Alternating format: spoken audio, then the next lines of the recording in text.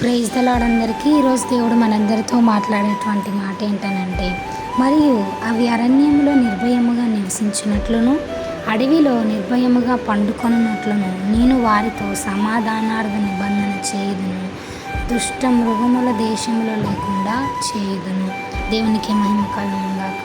దేవుడు ఈరోజు యొక్క వాక్యం ద్వారా మనతో మాట్లాడుతూ ఉన్నారండి. ఒకసారి మనం ఆలోచిస్తే, మరియు అవి అరణ్యములో నిర్భయముగా నివసించినట్లును అంటే దేవుడు ఇక్కడ మన గురించే మాట్లాడుతూ ఉన్నారండి. దేవుడు మనకి కాపరై ఉన్నారు. అదే కదా ఇక్కడ చూస్తే అడవిలో నిర్భయముగా పండుకొనున్నట్లును నేను వారితో సమాధానార్థ నిబంధన చేయుదును, దుష్ట మృగములు దేశంలో లేకుండా చేయుదునని దేవుని మాట సెలవిస్తూ ఉన్నారు కదండి.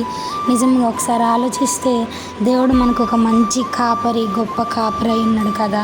అంటే మనం ఒకసారి ఆలోచిస్తే ఎన్నో వాగ్దానాలు, ఎన్నో మాటలు దేవుడు మనల్ని ఆదరిస్తూ ఉన్నారు. ప్రతిరోజు మనతో మాట్లాడుతూ ఉన్నారు. కానీ దేవుడు అంతలా మనల్ని ప్రేమిస్తూ ఉన్నాం. మనము దేవుణ్ణి తిరిగి ప్రేమించే వారిలాగా ఉంటున్నామా? ఒకసారి మనల్ని మనం చెక్ చేసుకుందామండి. దేవుడు చూడండి ఎంత గొప్పగా దేవుడు మనకి అంటే భయం అనేది లేకుండా దేవుడు మనకి ఒక నిబంధన చేస్తూ ఉన్నారంట. మనకి తోడుగా ఉంటా అని వాగ్దానం ఇస్తూ ఉన్నారు.